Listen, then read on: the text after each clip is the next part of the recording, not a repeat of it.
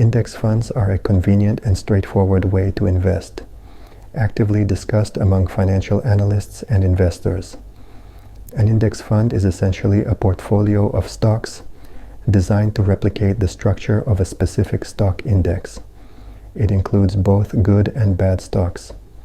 Therefore, if you decide to invest in an index fund, you are automatically accepting that part of your portfolio will be represented by stocks from companies that may drag it down. The growth of your portfolio, if it occurs, will depend on just a few rockets. Stocks that show impressive growth and pull the entire fund up. Active investors, on the other hand, offer an alternative approach.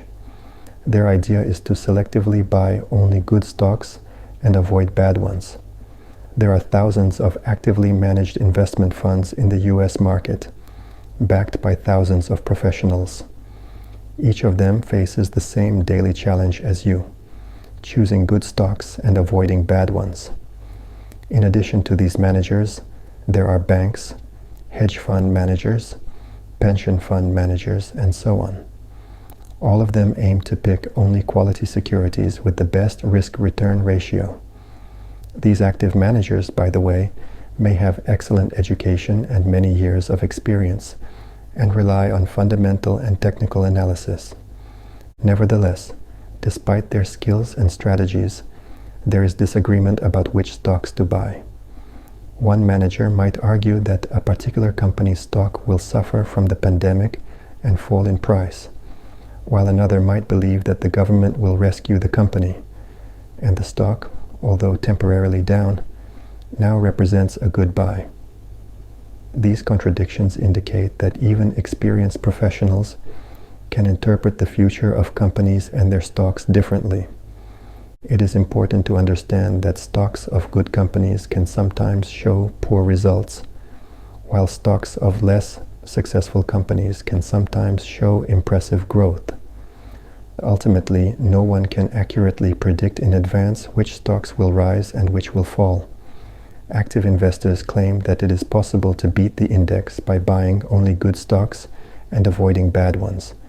But the one thing they cannot tell you is which stocks are actually good or bad. If one manager sells a stock, considering it bad, on the other side of the transaction is another manager who considers the same stock good. This creates a situation where predicting who is right is nearly impossible. You could simply take the portfolio of a random manager and compare its performance to the index. The result is likely to be the same as if you had created a portfolio yourself by randomly selecting stocks. Suppose you decide to follow the portfolio of one of the popular bloggers. You would find yourself among the 20% of the least successful market players, as private investors generally represent the less successful part of the market. Peter Lynch, a famous investor, said that most of us would be better off just holding an index fund, rather than trying to actively beat the market. Copying the actions of less successful investors makes little sense, and even if you follow some guru of the investment world, it does not guarantee you success. In the end, there are only a few people who can truly beat the market. As Warren Buffett has said, he has met only about 10 people in his lifetime who could do this systematically. Being one of them, you or I are unlikely to be. Nobel laureate Eugene Fama believes that no one can consistently beat the market.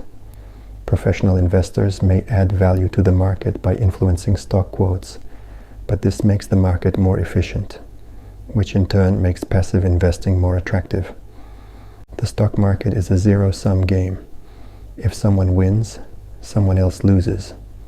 Therefore, active investors are correct in asserting that index funds may contain many bad stocks. However, the collective intelligence of all active investors has already factored this into the pricing, and if bad stocks really exist, their prices have already been adjusted. Ultimately, if you invest actively, you are assuming that you know more than the market, which can be a risky assumption. In the real world, if you want to place a bet on investments, it is likely best to rely on index funds, and the collective intelligence of the market. Active investing, in most cases, requires too much effort and knowledge to reliably outperform the market, and often it is wiser to rely on luck rather than listening to the advice of less successful investors. If you want to build your initial capital but feel you lack financial literacy and knowledge of investment strategies, I invite you to subscribe to my channel and write the word investments in the comments.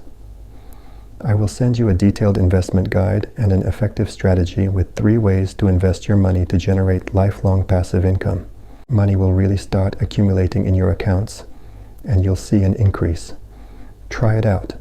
Write investments in the comments, learn, and grow wealthy.